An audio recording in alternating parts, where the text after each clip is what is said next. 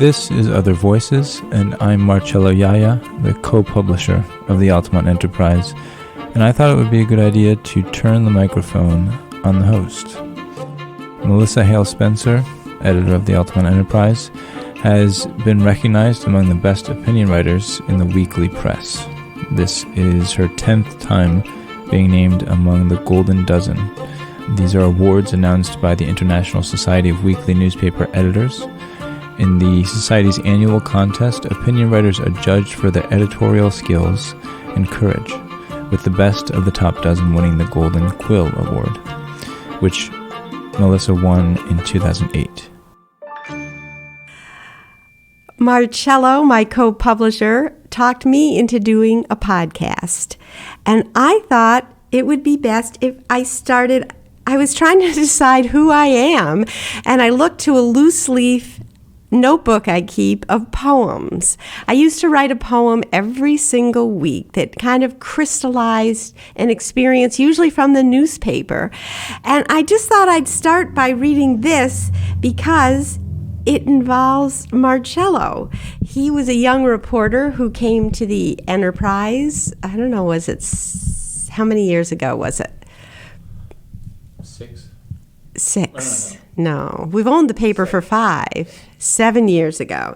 And he used to stand outside my office door as I was editing his stories. And the first 4 words are a quote. The poem's called Editing. I hear you read. My pen is poised above the page to mark in red what needs to change. My charge is clear, and line by line to truth I'm wed. The words are yours that I'm to read. You wait, so calm, so still, so mute. Some reporters pace and fume. Editor plays the part of brute. I mean to nurture as I edit. What you hear is a moving hand, a hand unused to strike a blow, except with words it can't command. What you can't hear are inner shrieks, inner questions that gnaw deep, that show in marks upon a page, that form a bond of trust to keep. So I wanted to ask, to start out, why are you so opinionated? Why are you so outspoken? Or why are editorials so important to you? I think of editorials as the soul of the newspaper. Over the many years I've been editor, we've had just superb reporters who are the heart of the newspaper. They find out things and write about things that are important. And I see the role of an editorial as moving things forward based on the work of the reporters. The editorial that I won for this time was based on a story written by Elizabeth Floyd Mayer, who had been our Guilderland reporter, and unfortunately for us, but good for her, moved on to another job. And the editorial is called Ignoring Child Victims is Easy, Absorbing Truth is Hard. And it was based on a story Elizabeth wrote about a very popular, even beloved teacher at Linwood Elementary School, Todd Mell, who had been accused and pleaded guilty to endangering the welfare of a child. And Elizabeth went to the trouble of getting all the many letters sent to the judge asking for a lesser sentence than he had agreed to, and that prompted the family and this girl to come forward and tell this really heartfelt story about how painful this experience had been for her and how it had shaped her young life. And now to have people like school board members and teachers writing letters saying it was a travesty of justice was being re-victimized. And so I was able to draw on that work and to look back at the long history in the Guilderland schools. And I think it's typical everywhere. It's just I happen to have covered the Guilderland schools for decades, of times when children were abused, and the immediate response of teachers was to rally around the accused as if it hadn't happened, when really the first duty of a school board member or a teacher should be to protect the children.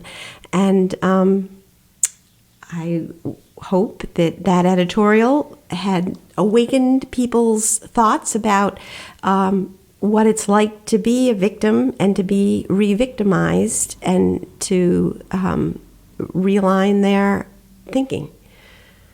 Okay, I'm going to ask the question again.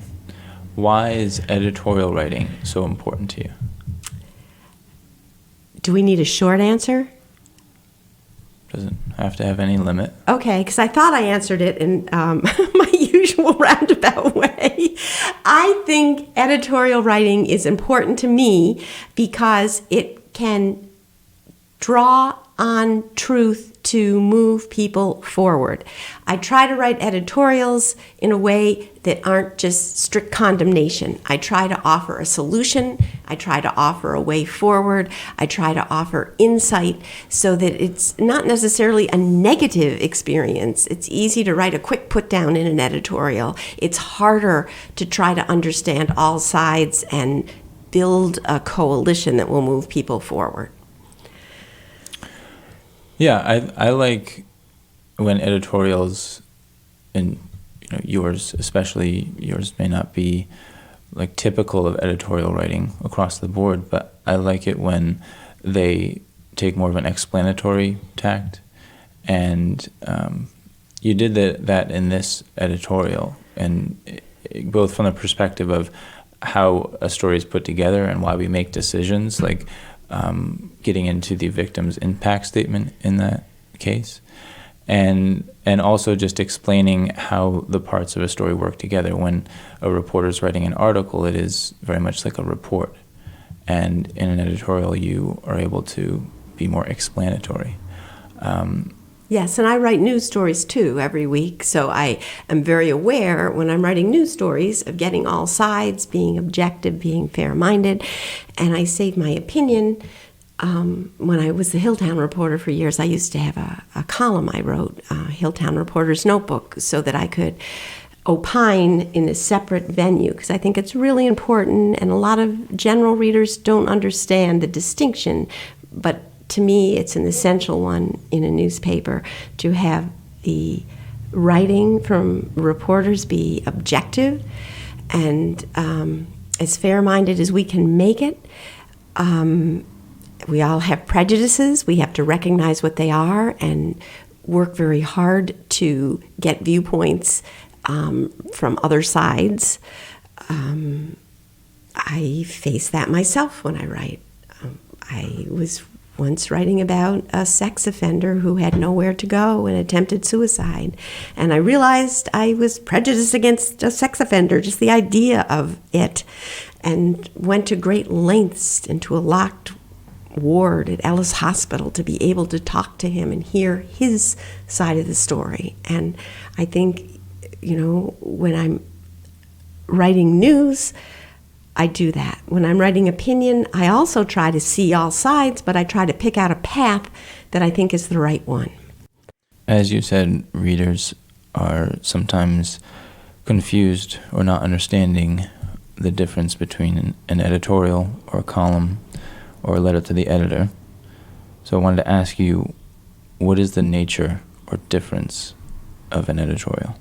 Well, an editorial is the newspaper's opinion, and a news story is, and of course this has changed over the centuries. When papers were founded in this country, they were advocates for certain causes, most notably the revolution that formed our country. And over the years it evolved, kind of, I think, reaching its apex with Lippmann, where Who is Lippmann? He is someone who shaped modern journalism by writing insightfully about it, and is kind of a beacon for me. That's Walter Lippmann. Yes, in these changing times, we have moved a lot closer to the advocacy form of journalism, with people listening to a news source that they feel comfortable with, so that you have, for instance, Fox News at one side of the spectrum, and I don't know, what's at the other side, Marcello? I don't know, but how is it different from an editorial writing, advocating for something? For the Altamont Enterprise, I tried to have our news pages be objective and not be taking a view of one side or another. And the opinion pages, where we are grateful to have so many people that write to us with their own opinions, which I consider a very important part of our newspaper. We check the facts, we let them have their own opinions, borrowing from Daniel Patrick Moynihan's idea that everyone's entitled to their own opinions but not their own facts. We try to rely on, checking them so people can have what they want to say without bending what's true.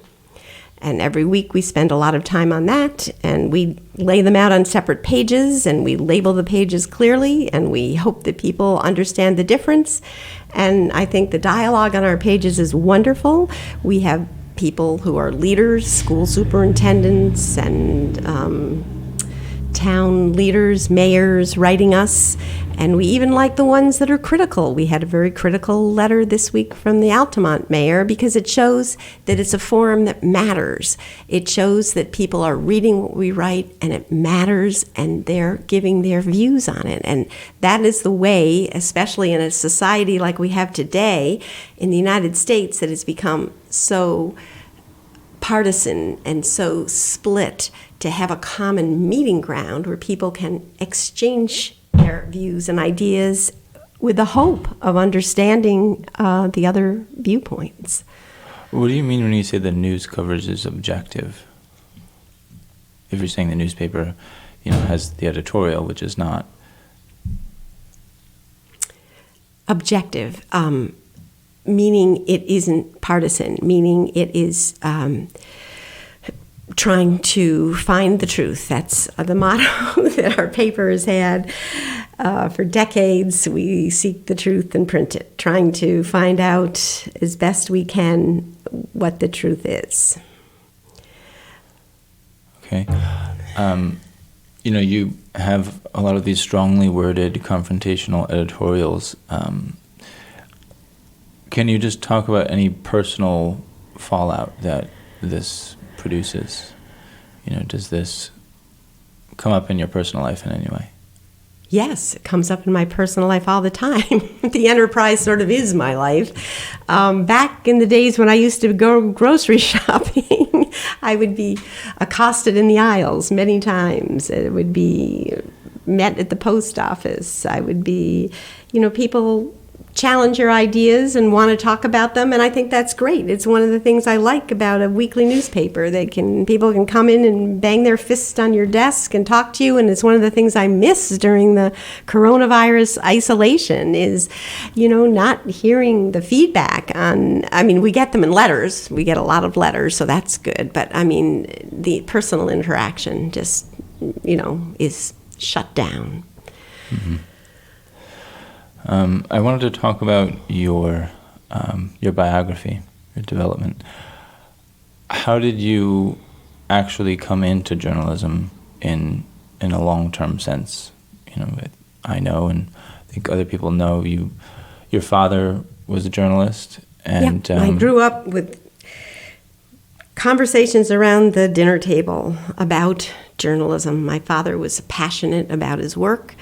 My parents together bought the Lake Placid News late in my living at home. I was in college, but that was my first job out of college. I, of course, worked on my high school newspaper, the Journal at Guilderland High School, and my college newspaper, the Wellesley News. I went to a college that was liberal arts and didn't have journalism, which was wonderful for me because I am sustained with almost every editorial I write, with things that I learned through my liberal arts education. But I cross-registered to take journalism courses at MIT, which was nearby. And I really think you can learn journalism by reading and by doing it, rather than having a degree in journalism. What did you read at that age? Which age? I guess teens to sort of as you were becoming an adult, as you were forming. Teens through college years. Well, what did you admire? Shakespeare was my go-to. That's what my dissertation was on. I love Shakespearean plays, and I read widely in American literature. Mark Twain is a favorite. Emily Dickinson is a favorite. Robert Lowell. I was fortunate to be able to go to Robert Lowell's office hours. He kept to kind of advise young poets, and I was able, through Frank Bedart, to do that. I was lucky to study under Robert Pinsky, who later became the poet laureate for the United States, and just learned a lot about words and use of words from those two poets, Frank Bedart and Robert Pinsky, which you might think doesn't have much to do with news. But really, poetry is a different way of getting at truth.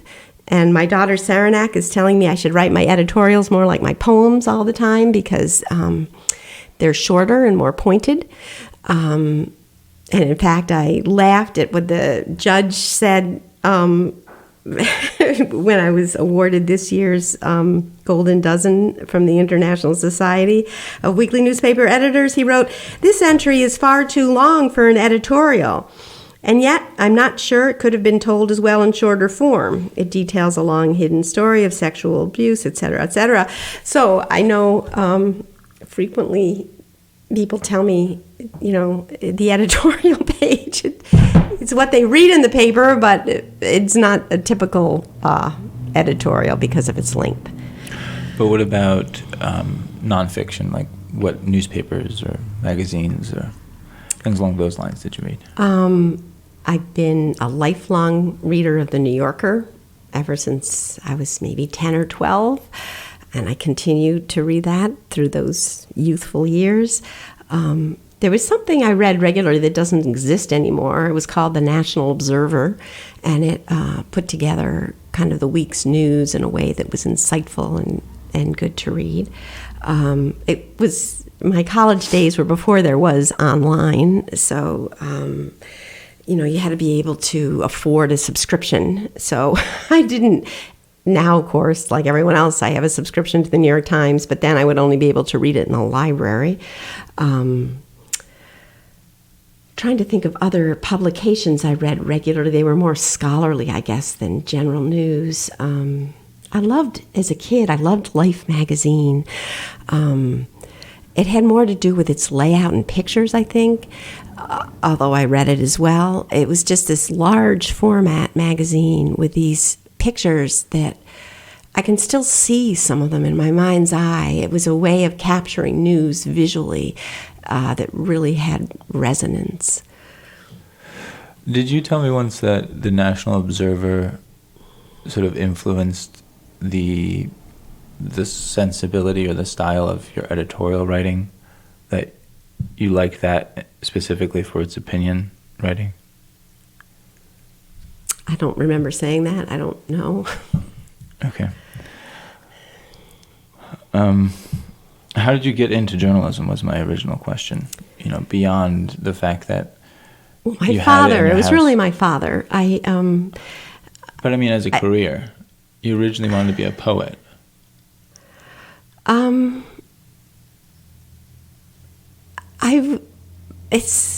there's not like a simple answer for how one's life unfolds. I'm just trying to think back. I mean, really, I always wanted to write, and I would come to my father late at night because he'd be up late at night like I was writing, and he had this thick black copy pencil, and he'd slash, slash, slash. And it was painful, but I thought I was learning and getting better. And writing, to me, is just a way to not just to express myself, but to reach other people. And I think all through, high school and college, journalism was a part of who I was. And then when I graduated, my parents had just bought this weekly, and I missed them and wanted to be part of their new life. And I also was not quite sure of my next step. I'd been accepted into several graduate programs for a PhD in English literature, and was very much in love with a young man who had left Harvard and gone across the country to go back home to Oregon, and was kind of like in a figuring out pattern, I guess. And I plunged into weekly journalism at my parents' paper, the Lake Placid News. And Gary, who became my husband, eventually came across the country on a train, sleeping there overnight, and worked for my parents' paper too. We shared a double desk. Hard to imagine that we were able to write as we looked at each other, but we did. And I still had this idea of teaching literature, so left and went to the University of Buffalo, which had a great program at the time in English literature.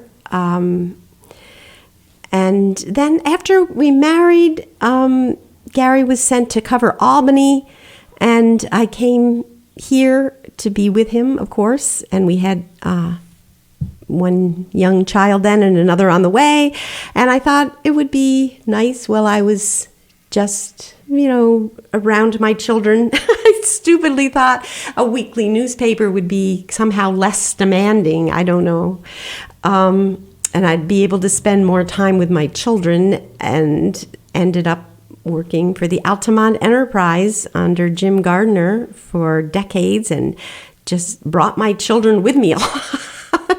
Worked very long hours. Eventually, became the editor, and ended up buying the paper with you to keep it going forward. Well, thank you. I mentioned the explanatory nature of your editorials. Over time, since you've been at the Enterprise for so long, would you say that it seems that the understanding of readers or the public has changed in terms of what we do?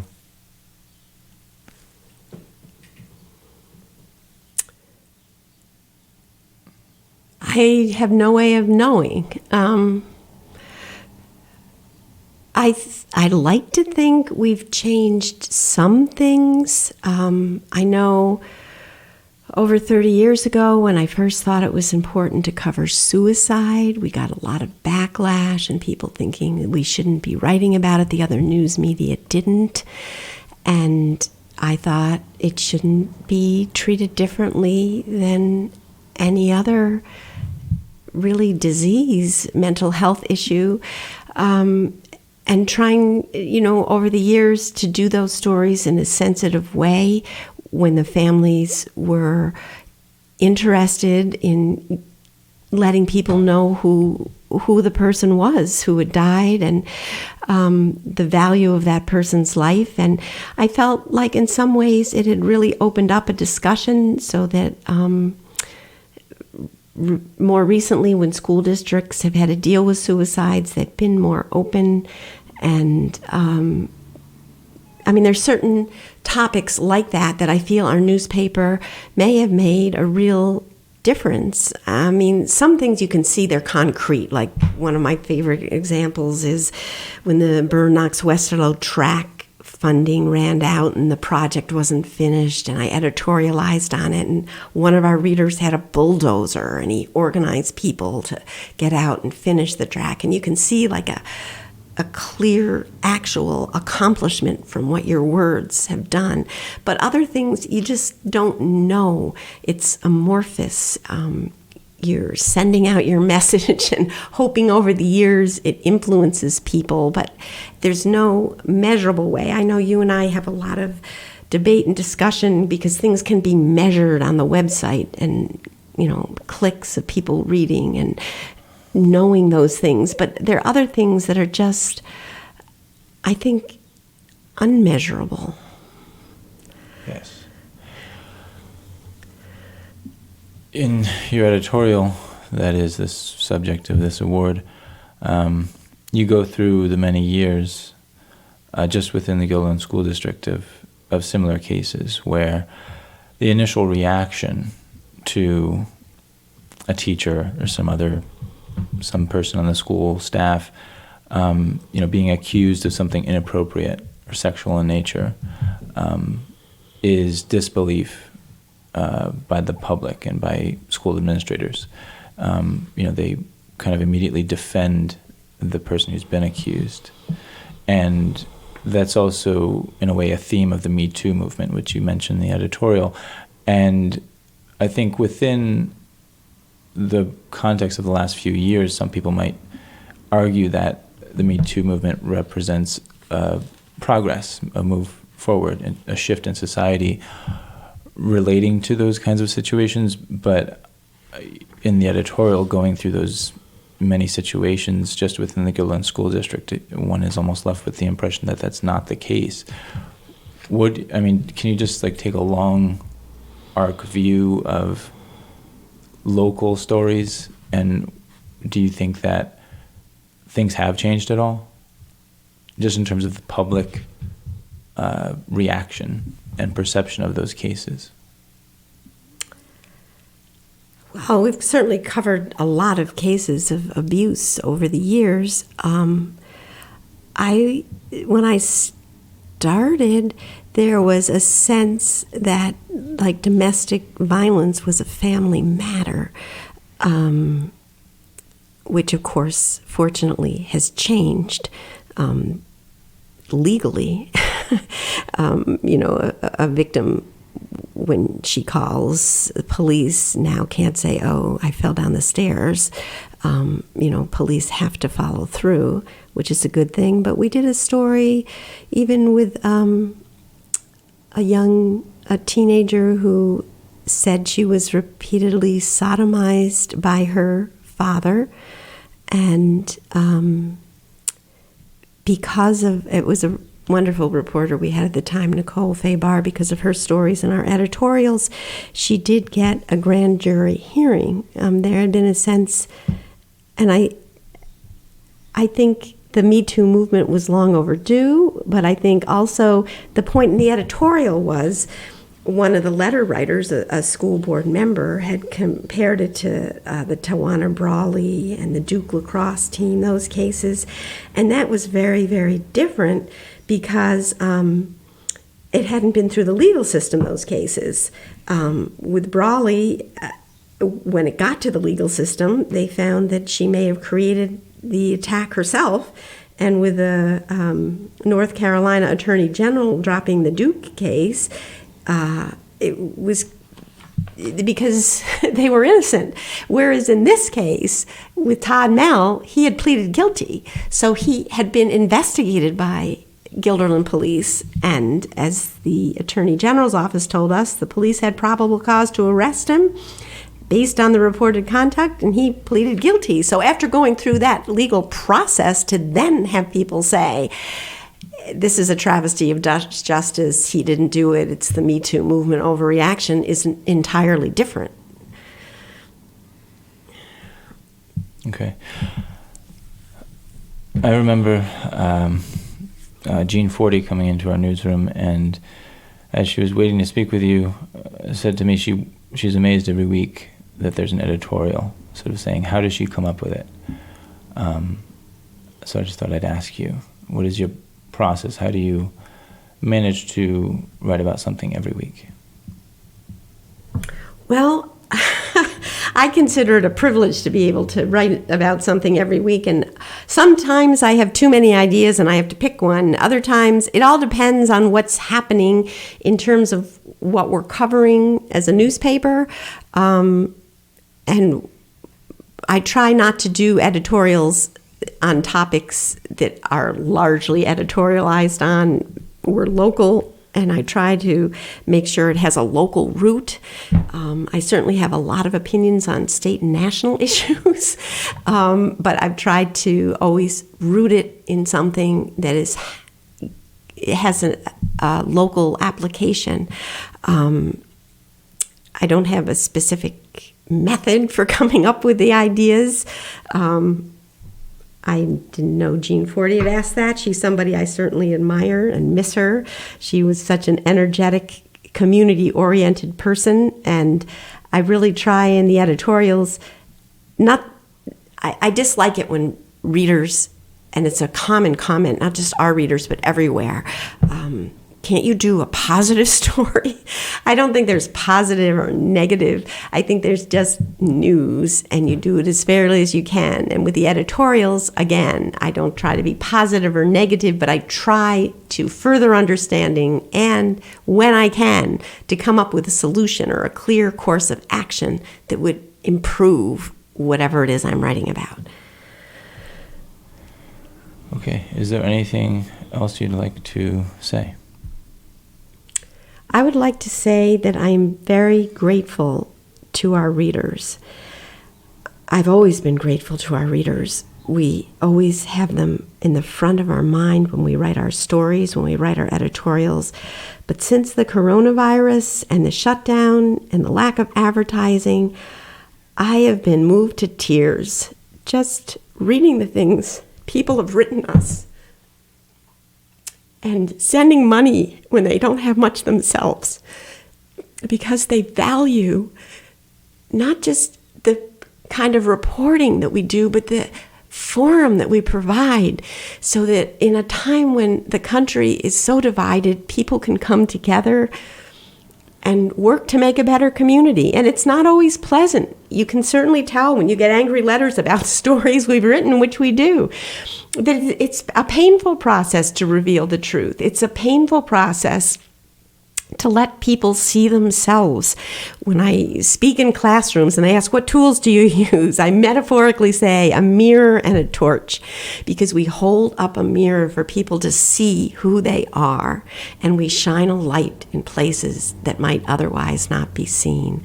And I am just so grateful that we have people that care about that and are willing to support us.